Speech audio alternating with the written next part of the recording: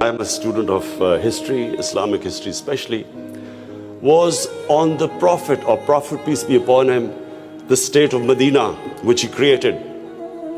Now, why do I say the state of Medina? Because the state of Medina laid the foundation of one of the greatest civilizations in the history of mankind.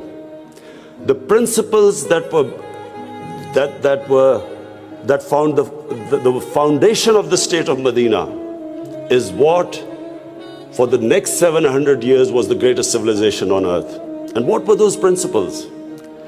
The state of Medina was founded on incredible principles of justice and humanity.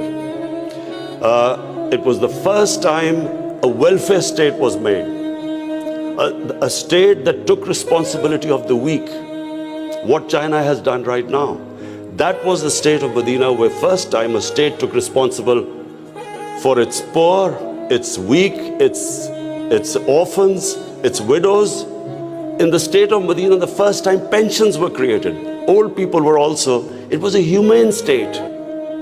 And secondly, there was justice, rule of law. These were the two main things. And the third thing, the Prophet of Islam, peace be upon him, made seeking knowledge a sacred duty. The word was that even if you have to go to China to seek knowledge, you must. Those days going to China meant not coming back.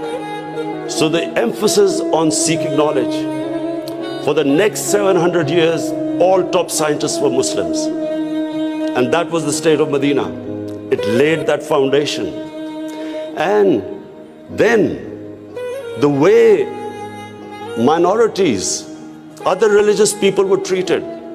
The Prophet signed famous, the Misaq-e-Medina. There's still a letter in St. Catherine's Church which was signed with the Christians that your places of worship will be, till the end of time, they will be protected by Muslims. Secondly, that no forcible conversions would be in Islam. Thirdly, the Prophet's last sermon, it is a charter of human rights. It's about how human beings are equal. So it was a humane state created, rule of law, emphasis on education, that led to the growth of Muslim civilization. So this is, in Pakistan, we want the same basis of our state. The rise of what I believe, the way our country will rise, it will go back to those principles. We must, number one, have rule of law, everyone equal before the law. State must be accountable. We must have a welfare state where the state must take responsibility of its poor people.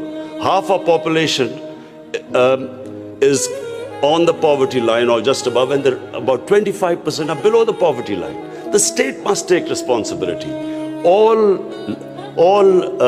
policies of the state must be like in China. How do we lift the people from the bottom? And the most important thing is that we must, in Pakistan, start a reform program. Reforms are painful, but it is essential if we have to get out of our current problems. So, first of all, I joined politics in '96. From '96 to 2013, there was a very small party. Most of the time, it was one step up and 3 steps down. The first election I contested, we were wiped out.